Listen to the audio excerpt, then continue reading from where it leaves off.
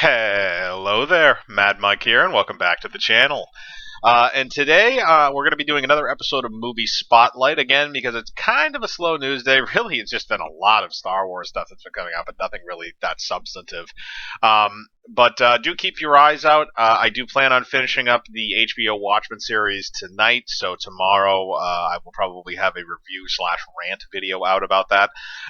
So keep your eyes peeled. That might be a bit of a lengthy one. But today we're going to go on Movie Spotlight, and we are going to examine one of my all-time kind of favorite horror comedy classics that gets overlooked a lot, and that is Eight-Legged Freaks from 2002.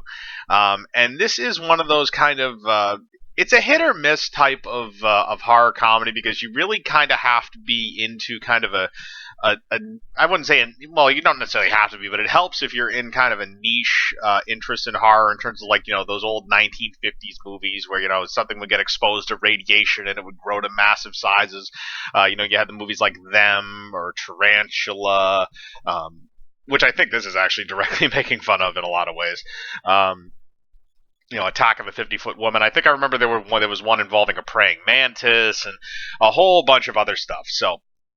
But this movie stars David Arquette. A very young Scarlett Johansson is also in this as the female protagonist's older daughter.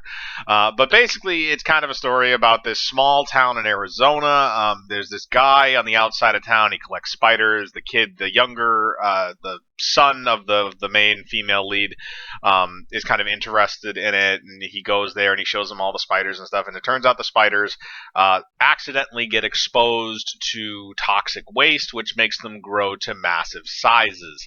And then the spiders then proceed to swarm all over this town and start, killing people and shit and stuff like that. But they play it up. It's a hilarious type of comedy. It's so over the top and goofy in a lot of ways.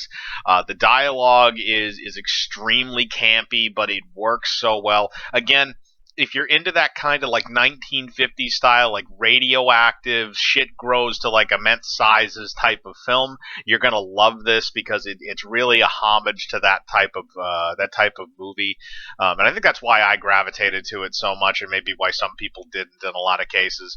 But this movie is so hilarious. David Arquette does a great job in this.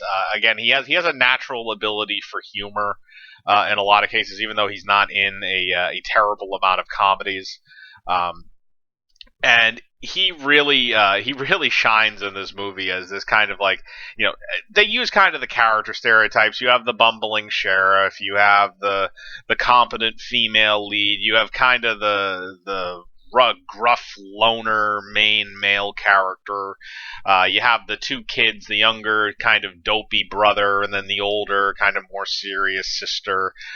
Again, a lot of very kind of classic archetypes that you see in a lot of those older monster films. But again, a lot of it is played for laughs. I do often joke with a lot of people, whenever I see like, movies with that have really big actors in them, but it's very early in their careers, like with Scarlett Johansson. I'm like, Scarlett Johansson, no matter what she does, she will always be the older sister from Eight-Legged Freaks to me. And it's just kind of one of those things, like, Leonardo DiCaprio will always be that kid from Critters 3. It's those type of things. But it's just kind of funny, knowing what she's gone on to, like where she was at the time.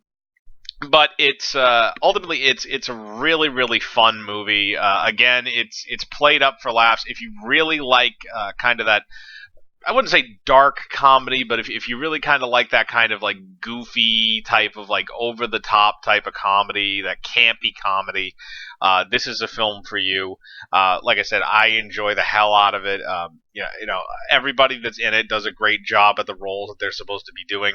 The townspeople are goddamn hilarious, especially when they start going into the mob and trying to defend against the spiders. It's hilarious.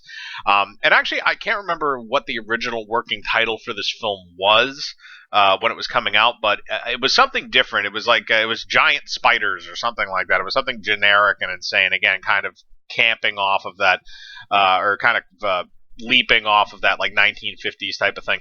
But they changed it to Eight-Legged Freaks because I guess in test screenings, there David Arquette actually says that line at one point during the film, and people reacted so positively to it. They're like, "Yeah, let's just change it to that. That sounds like a great title. That's funny." And again, it exemplifies the film itself because it's a fun movie. It's a fun movie to watch. It's a fun movie to kind of experience with other people, especially people that haven't seen it.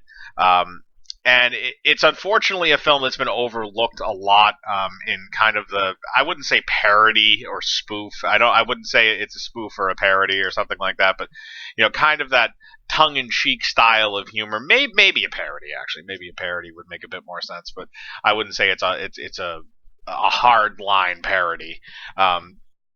But it works so well in so many different facets. The CGI, surprisingly, is not terrible, at least from what I remember. It's not outrageously bad, even though this came out in 2002 and the budget for this film was not insanely good.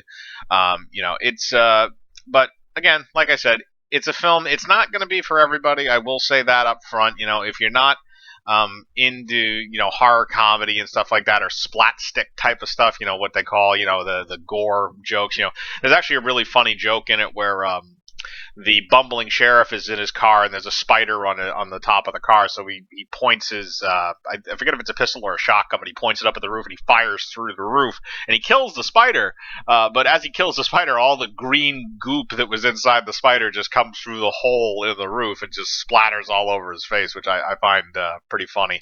But like I said, the movie itself is hilarious. I think it gets better, really honestly, with multiple viewings because you don't always catch everything the first time through. You're kind of just experiencing the story a little bit, and watching what's happening, and kind of it's one of those things like the more you watch it, I think the more you get out of it. In terms of the nuancy stuff. And again, if you're a fan of those 1950s style movies, you're gonna love this. You're gonna get so much more out of it if you've seen or if you're a fan of those type of films. But again, that's just my personal take on it. But I want to know what you think. Have you guys seen Eight-Legged Freaks? Do you like this movie? Do you hate this movie? Would you recommend it to others for a watch like I am? Put your thoughts in the comments below. Again, I like to know what you're thinking. Make sure to hit the bell for notifications, hit the like button, subscribe, and remember, I live my life free of compromise. Do you?